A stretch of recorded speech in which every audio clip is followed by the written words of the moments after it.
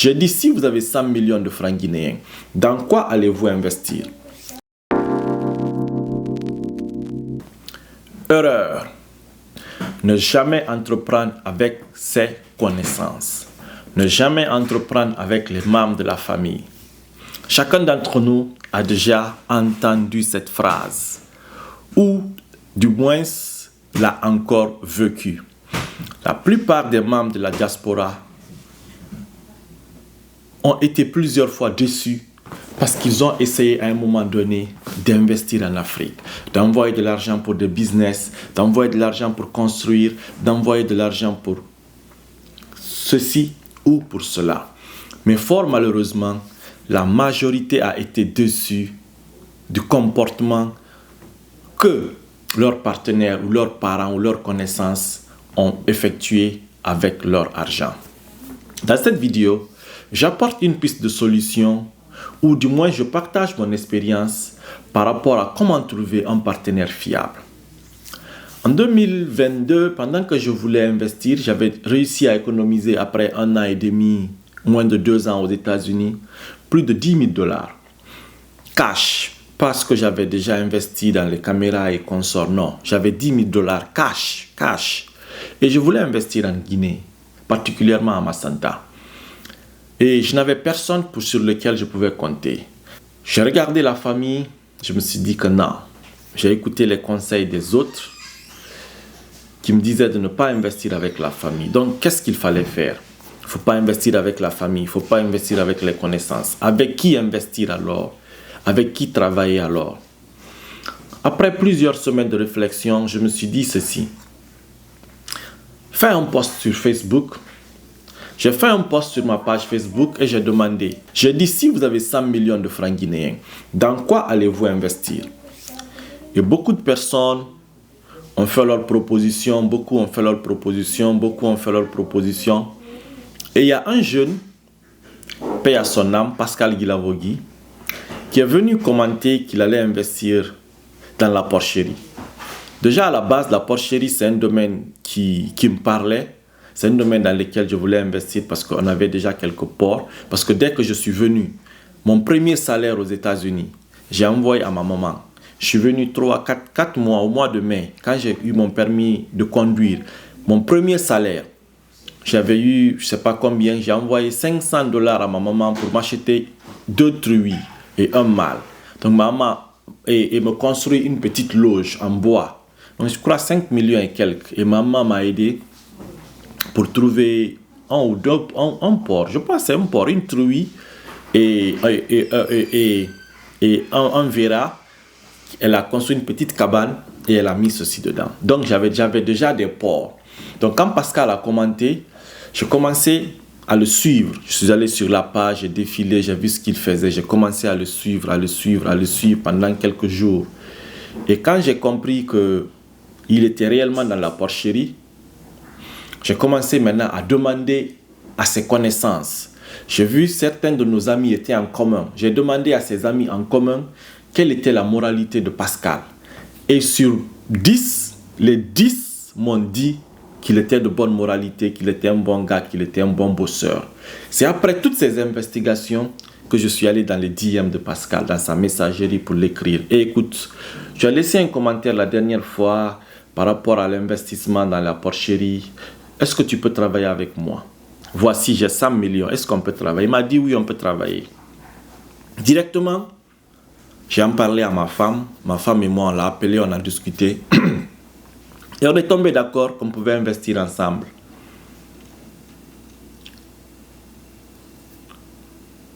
Quelques semaines après, nous avons dit à Pascal de venir à Conakry. Venir à Conakry, créer une entreprise pour nous. Et quand Pascal est venu à Conakry, il a fait toutes les démarches nécessaires. Il a créé l'entreprise pour nous. Et ma femme et moi, nous avons donné 25% d'actions à Pascal. Au début, madame était un peu réticente, mais j'ai dit c'est ça. On ne peut pas payer Pascal. Si on veut investir avec quelqu'un en Guinée, il faut que la personne soit actionnaire. Parce que si on paye la personne va nous voler. Même si l'activité ne marche pas, la personne s'en fiche. Mais si la personne est actionnaire, la personne va prendre au sérieux parce qu'on ne le paye pas. L'argent qu'il doit gagner, c'est en fonction du résultat de nos différentes activités. Écoutez très bien. Pascal est venu, j'ai payé son transport, il est venu à Conakry. J'ai envoyé l'argent à ma maman. Quand c'est les 10 000 dollars, j'ai envoyé dans le compte de ma maman directement. On a versé dans le compte. Pascal est parti, il a fait toutes les démarches administratives. Il a eu 25% et ma femme et moi, on a partagé le reste des 75% des actions. Donc Pascal n'a rien apporté comme argent, mais ce qu'il a apporté, c'était son temps, le suivi et tout, et ce qui a fait que nous avons accordé 25% de nos actions. Après la création des documents administratifs, il est revenu à Massanta et ma maman nous avons commencé à débloquer l'argent et on a commencé à construire la porcherie et en un mois, la porcherie a été terminée. Mais bien avant que je ne continue, j'aimerais faire cette petite précision. Quand j'ai demandé aux proches de Pascal, paix à son âme, et qu'ils m'ont dit qu'il était un gars sérieux, et quand je l'ai contacté, j'ai commencé à le confier des petites tâches. Comme par exemple, va m'acheter ça, va demander le prix de telle chose, va faire ceci. Et c'est souvent une des astuces pour comprendre réellement si votre interlocuteur ou si votre partenaire est fiable.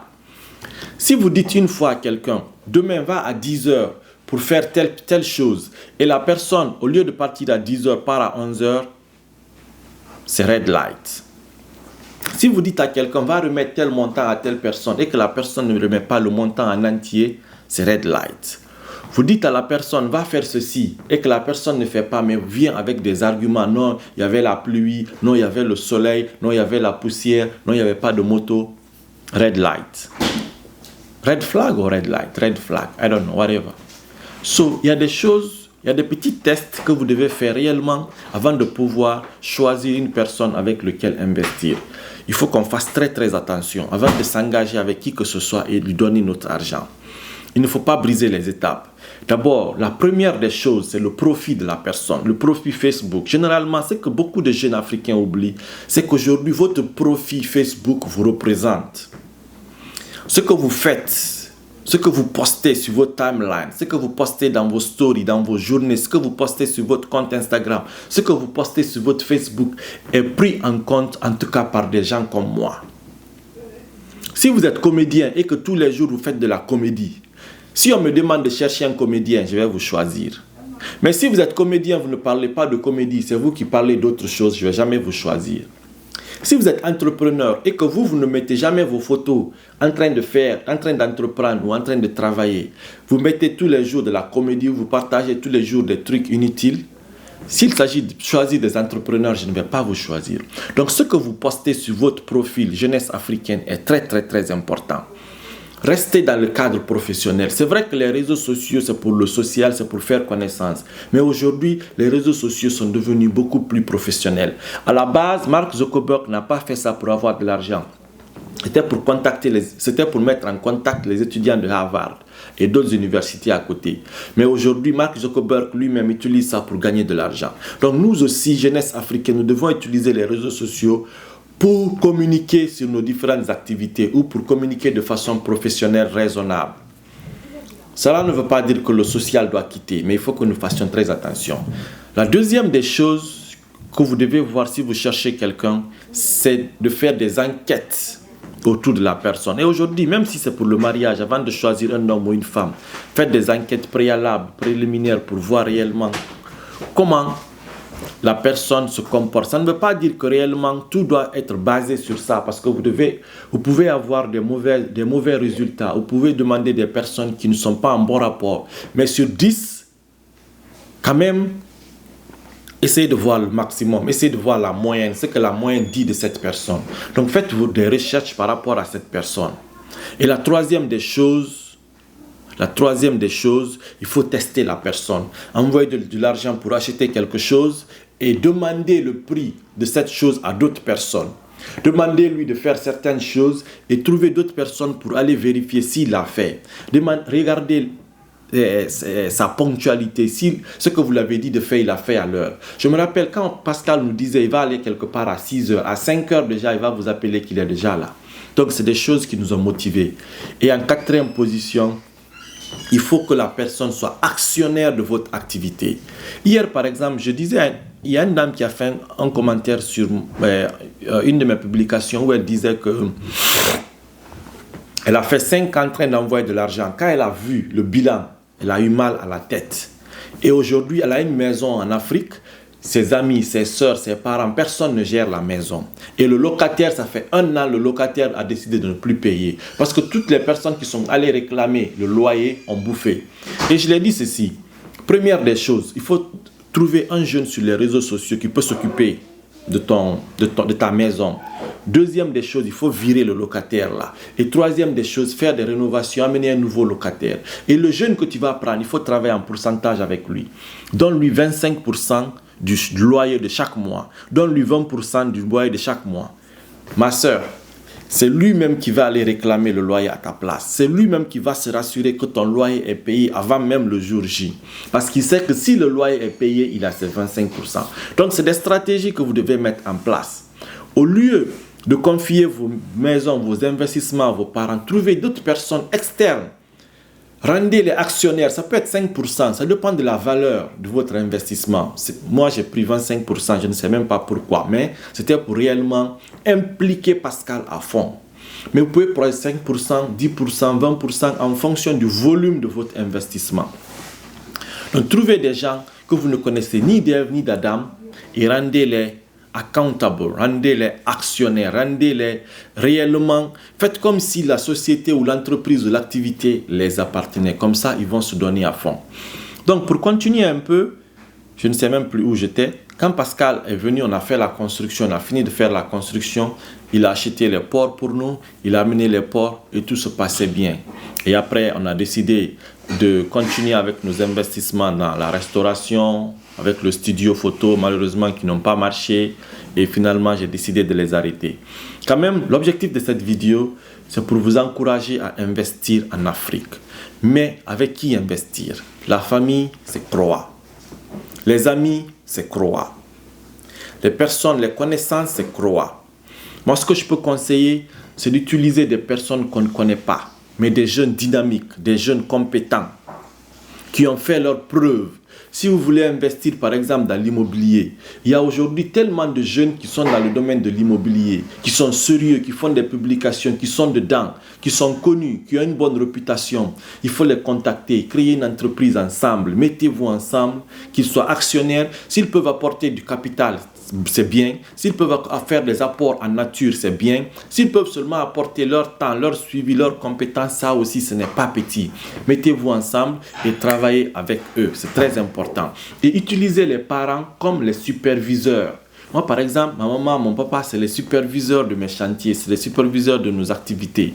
Chaque semaine, chaque 2 semaines, chaque mois, c'est eux qui partent voir si réellement le compte rendu que nos travailleurs ou que nos partenaires ont fait sont exacts. Donc, utilisez vos amis. Je me rappelle par exemple mon grand tonton Émile. Je sais qu'il regarde toutes mes vidéos.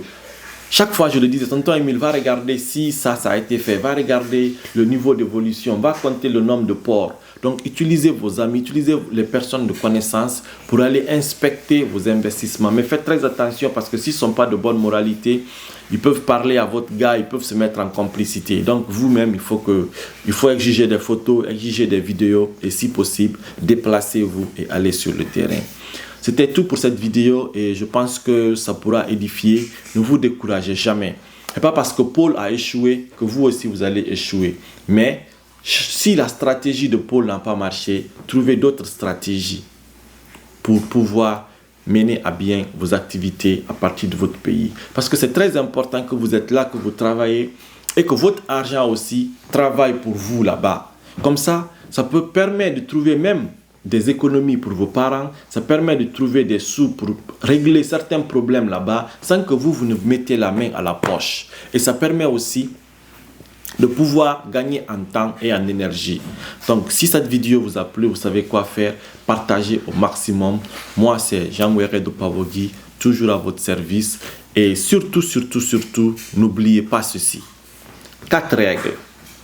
La première règle pour trouver une personne avec qui investir en Afrique, c'est d'abord son profil Facebook, son profil Instagram, son TikTok et tout le reste. Si vous voulez investir dans le domaine, par exemple, de l'agriculture, cherchez un jeune qui est déjà dans l'agriculture, qui a des plantations ou qui a des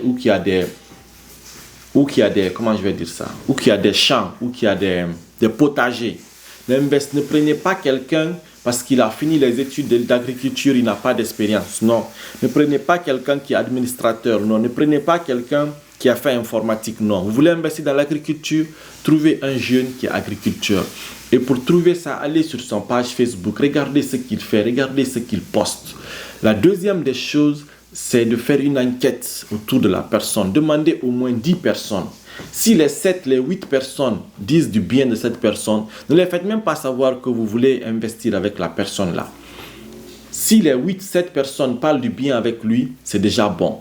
La troisième des choses, il faut le mettre à l'épreuve. Testez-lui. Donnez-lui des petites commissions. Regardez s'il est à l'heure. Regardez s'il ne vous trompe pas. Dites-lui d'aller acheter quelque chose. Dites-lui d'aller vous dire le prix de telle chose. S'il n'ajoute pas le prix, s'il ne diminue pas le prix, c'est des choses qu'il faut beaucoup remarquer. La quatrième des choses, il faut rendre la personne actionnaire.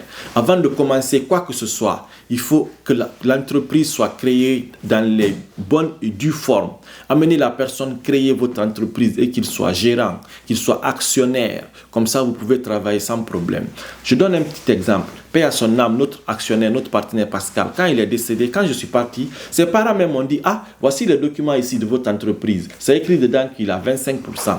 Donc, on a partagé les ports, on l'a donné 25%. On a vendu l'huile, on a donné 25%. Tout ce qu'on avait, on a donné les 25% à ses parents. Maintenant, imaginez qu'il n'y avait pas de documents entre nous. Si je disais qu'on n'avait rien, ses parents n'allaient rien avoir. Et il y avait plus d'une centaine de bidons d'huile Toloulé qu'ils avaient à notre compte. Et si ils disaient qu'ils n'ont rien ou bien ils disaient que c'est pour Pascal, qu'est-ce que j'allais faire? Donc, quand il y a un document entre vous, ça permet, en cas de problème, de pouvoir situer les responsabilités, de pouvoir régler les problèmes à l'amiable parce qu'il y a un document juridique qui est entre vous. Et la dernière des choses, utilisez vos amis, utilisez vos parents pour superviser tout ce que la personne fait. Donc, c'était les 5 choses pour pouvoir trouver et investir avec une personne de bonne moralité ou compétente en Afrique. Merci d'avoir regardé la vidéo.